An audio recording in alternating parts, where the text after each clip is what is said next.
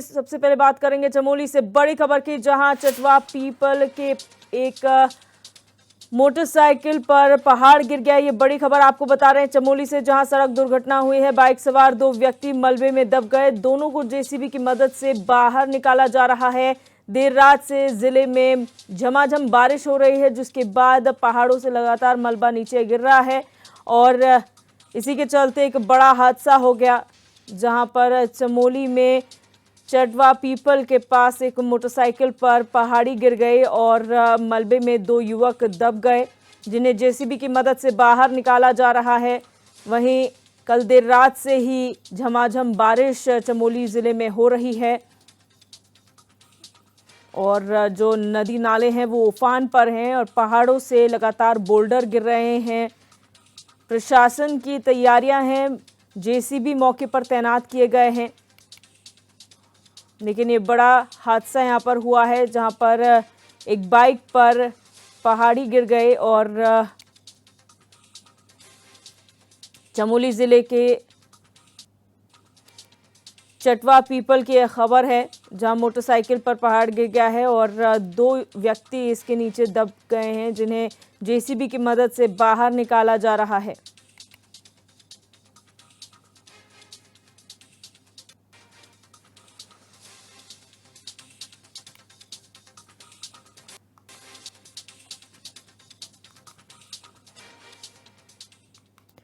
चमोली जिले के थराली तहसील में लगातार हो रही बारिश से जहां बाजार क्षेत्र में जनजीवन पूरी तरीके से अस्त व्यस्त हो चुका है, तो वहीं स्थानीय प्रशासन ने भी भारी बारिश के अलर्ट को देखते हुए शनिवार को विद्यालयों में अवकाश घोषित कर दिया।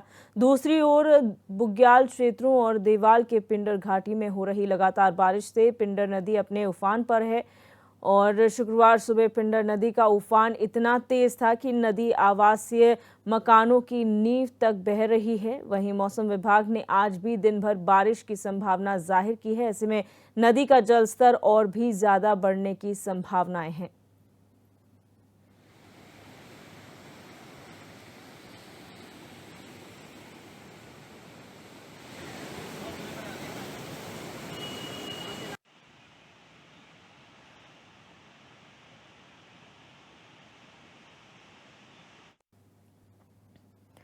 पहाड़ों पर मानसून शुरू हो चुका है। पिछले 24 घंटों से चमोली जिले में लगातार बारिश होने से बद्रीनाथ राष्ट्रीय राजमार्ग चमोली से बद्रीनाथ के बीच कई स्थानों पर बाधित हो गया है। भारी बारिश होने से नदी नाले भी उफान पर हैं। वहीं भारी बारिश की चेतावनी के बाद नंदानगर, दशोली और जोशीमठ के सरकारी और निजी विद्यालयों में अवकाश भी घोषित कर दिया गया है।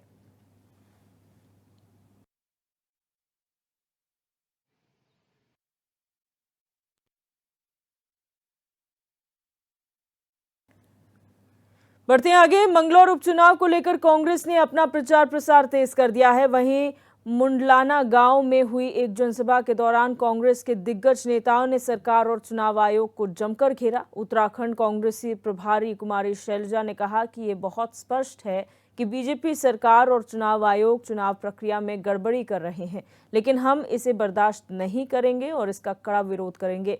वहीं हरीश रावत ने कहा कि बीजेपी सरकार कांग्रेस प्रत्याशी को हराने के लिए हर संभव कोशिश कर रही है, लेकिन हम चुप नहीं बैठेंगे।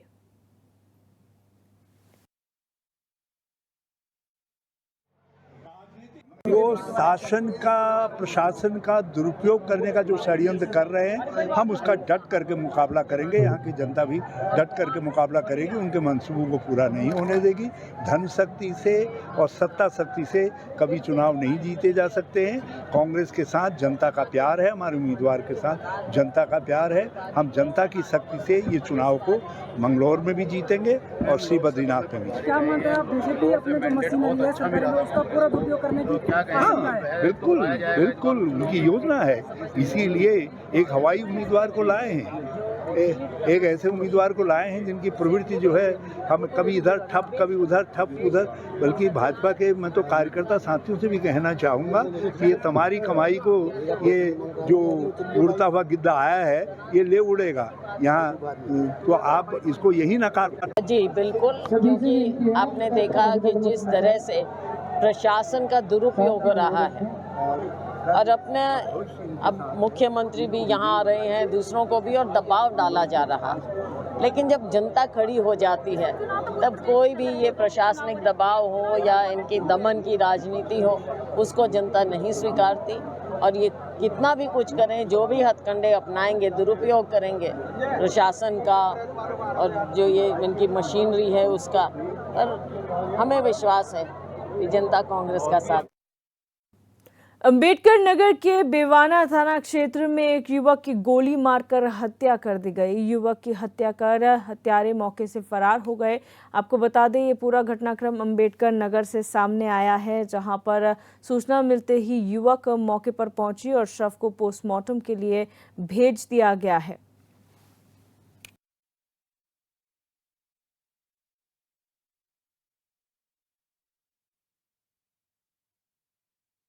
पर पुलिस द्वारा तत्काल मौके पर जब आकर जानकारी की गई तो पाया गया कि वहां पर एक व्यक्ति मृत अवस्था में है, जिनकी पहचान विनोद कुमार उपाध्याय पुत्र बाबूराम उपाध्याय, उम्र लगभग 45 वर्ष, थाना मालीपुर अंतर्गत उस्मापुर के रहने वाले के रूप में हुई है। पुलिस द्वारा इनके परिजनों से आगे की जानकारी की गई, तब पता चला कि रात में लगभग 11:30 बजे के आसपास थाना महरूआ अंतर्गत रहने वाले 2 लोगों से मिलने के लिए जाने की बात बताकर घर से निकले थे।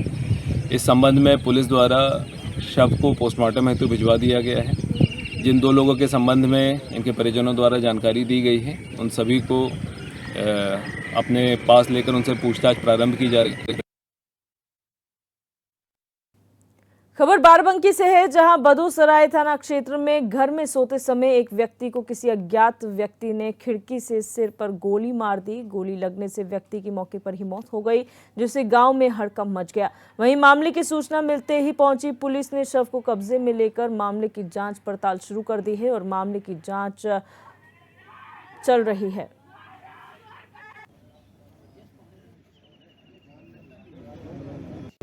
आज सुबह यूपी 112 के द्वारा करीबन 6:30 पौने 7 बजे के आसपास ये सूचना प्राप्त हुई कि थाना बद्दूसराय के अंतर्गत एक मदनापुर गांव है, नमरी गांव, और उसके अंतर्गत एक मौजा है जिसका नाम मुरई है। वहां पर अपने घर में अरविंद वर्मा जी सो रहे थे और उनकी किसी अज्ञात व्यक्ति ने उनके सिर में फायर आर्म से हिट करके उनको गोली मार के हत्या की है। इस घर में 2 व्यक्ति यहाँ पे सोते थे, एक मृतक श्री अरविंद वर्मा जी और एक उनके भाई वीरेंद्र वर्मा जी, और इस घर में कोई नहीं था।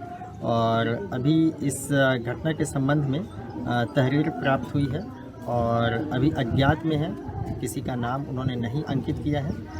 हमने इसमें इस घटना के अनावरण हेतु 4 टीमों का गठन किया गया है और इस घटना के संबंध में अभियोग पंजीकृत। देहरादून में कार्यक्रम चल रहा है, आयोडीन वितरण कार्यक्रम ये है, जिसमें मुख्यमंत्री पुष्कर सिंह धामी संबोधित कर रहे हैं।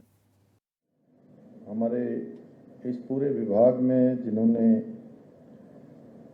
इस प्रकार की संरचना की, हमारी सरकार जो गरीबों के कल्याण के लिए संकल्पबद्ध है और गरीब कल्याण की योजना जो हमारे प्रधानमंत्री जी का संकल्प है कि हर गरीब का कल्याण होना चाहिए, उनके लिए योजना आनी चाहिए। आज ऐसी योजना के शुभारंभ अवसर पर खाद्य विभाग की हमारी मंत्री आदरणीय रेखा आर्य जी, उत्तराखंड खाद्य विभाग के हमारे प्रमुख सचिव श्री एल फनई जी, आयुक्त खाद्य श्री हरीशचंद्र सेमवाल जी, अपर सचिव खाद्य श्रीमती रुचि रयाल जी, एवं आज इस कार्यक्रम में पधारे हमारे सभी बड़े बुजुर्ग, सभी उपस्थित माताएं, बहनें, सभी मेरे नौजवान साथियों, उपस्थित हमारे मीडिया के सभी पत्रकार बंधु, सभी छायाकार बंधु, इलेक्ट्रॉनिक मीडिया, प्रिंट मीडिया, मैं आप सभी का और हमारे खाद्य विभाग के सभी अधिकारीगण, मैं इस कार्यक्रम में आप सबके मुख्यमंत्री नमक पोषण योजना के शुभारंभ होने पर और आप सबके उपस्थित होने पर आप सभी को अपनी ओर से बधाई देता हूं, सबको शुभकामनाएं देता हूं, सबका अभिनंदन करता हूं। भाइयों बहनों, उत्तराखंड की हमारी डबल इंजन की सरकार प्रदेश के हर गरीब, पिछड़े, अंतिम छोर में रहने वाले व्यक्ति के जीवन को बेहतर बनाने के लिए, उसके जीवन को सहायता देने के लिए लगातार काम कर रही है, अनवरत रूप से काम कर रही है। इस दिशा में एक कदम और आगे बढ़ाते हुए गरीबी और महंगाई से राहत देने के उद्देश्य से आज मुख्यमंत्री नमक पोषण योजना का शुभारंभ किया जा रहा है। इस योजना के अंतर्गत राज्य के जो हमारे समस्त अंत्योदय एवं प्राथमिक परिवार योजना के जो राशन कार्ड धारक परिवारों को जो सरकारी सस्ता गल्ला विक्रेताओं के माध्यम से हर कार्ड में प्रति माह आयोडाइड नमक सस्ती दरों पर वितरित किया जाएगा। अभी रेखा जी कह रही थी कि 30 रुपये किलो नमक हो जाता है बरसात के दिनों में या अन्य दिनों में, सामान्य दिनों में भी 30 रुपये किलो नमक ही बिकता है। लेकिन बरसात के दिनों में जहां पर रोडें जब बंद हो जाती हैं, तमाम खाद्य आपूर्ति बंद हो जाती है, उस समय इसकी कीमत इससे भी कहीं ज़्यादा, दुगने से भी ज़्यादा, तिगने से भी ज़्यादा हो जाती है। ऐसे समय में निश्चित रूप से ये योजना का आना, ये हमारे उन गरीब परिवारों का, उन अंत्योदय के कार्ड धारकों को निश्चित रूप से सहायता करेगी, उनके जीवन को आसान बनाएगी।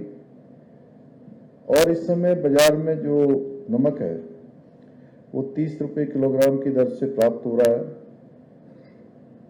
अब इस योजना के लागू होने के पश्चात राज्य के लगभग 14 लाख अंत्योदय एवं प्राथमिक परिवार योजना के राशन कार्ड धारकों को ये मात्र 8 रुपये किलोग्राम की दर पर ये आयोडाइड नमक मिलना प्रारंभ हो जाएगा। इसके लिए आपको अलग से कहीं जाने की जरूरत नहीं होगी, बल्कि आपके नज़दीकी जो सस्ता गल्ला डिपो होगा या राशन वितरण केंद्र होगा, वहीं से जहां पर प्रधानमंत्री जी की गरीब कल्याण योजना का राशन मिलता है, उसी स्थान पर मात्र 8 रुपये किलोग्राम की दर से अब ये आयोडाइज नमक भी आपको अब आसानी से प्राप्त हो सकेगा। इसके लिए कहीं अलग जाने की जरूरत नहीं है। इस योजना के जरिए हमारे जो गरीब परिवार हैं उनको महंगाई से राहत मिलेगी तथा पोषण युक्त आयोडाइज नमक प्राप्त होगा। आप सभी को पता है कि आयोडाइज नमक न होने के कारण से, आयोडीन की कमी से अभी रेखा जी ने बताया कि गलघोटू जैसी अनेक बीमारियां जो मनुष्य के पोषण के लिए आवश्यक होती हैं वो कहीं ना कहीं लग जाती हैं। और ये नमक एक आवश्यक सूक्ष्म पोषक तत्व है जो हमारे बच्चों के लिए और विशेषकर जो हमारी गर्भवती माताएं हैं उनके लिए विशेष रूप से आवश्यक है।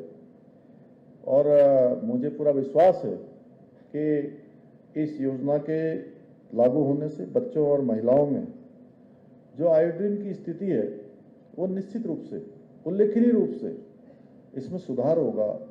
उनके पोषण में मदद करने में ये योजना कारगर होगी और प्रदेश के हर गरीब परिवार को कहीं न कहीं राहत देने का काम करेगी, सहायता देने का काम करेगी। भाइयों बहनों, हम सभी जानते हैं हमारे आदरणीय प्रधानमंत्री मोदी जी के नेतृत्व में प्रधानमंत्री गरीब कल्याण अन्न योजना के उत्तराखंड सहित पूरे देश में सभी गरीब परिवारों को निःशुल्क रूप से खाद्यान्न का वितरण किया जा रहा है।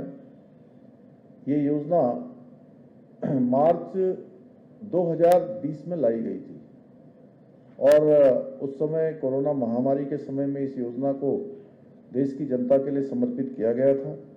और ये योजना अब लगातार अगले 5 सालों तक आदरणीय प्रधानमंत्री मोदी जी के नेतृत्व में ये योजना चलती रहेगी, जिसमें 5 किलो जो अनाज है, 5 किलो राशन है, लगातार मिलता रहेगा।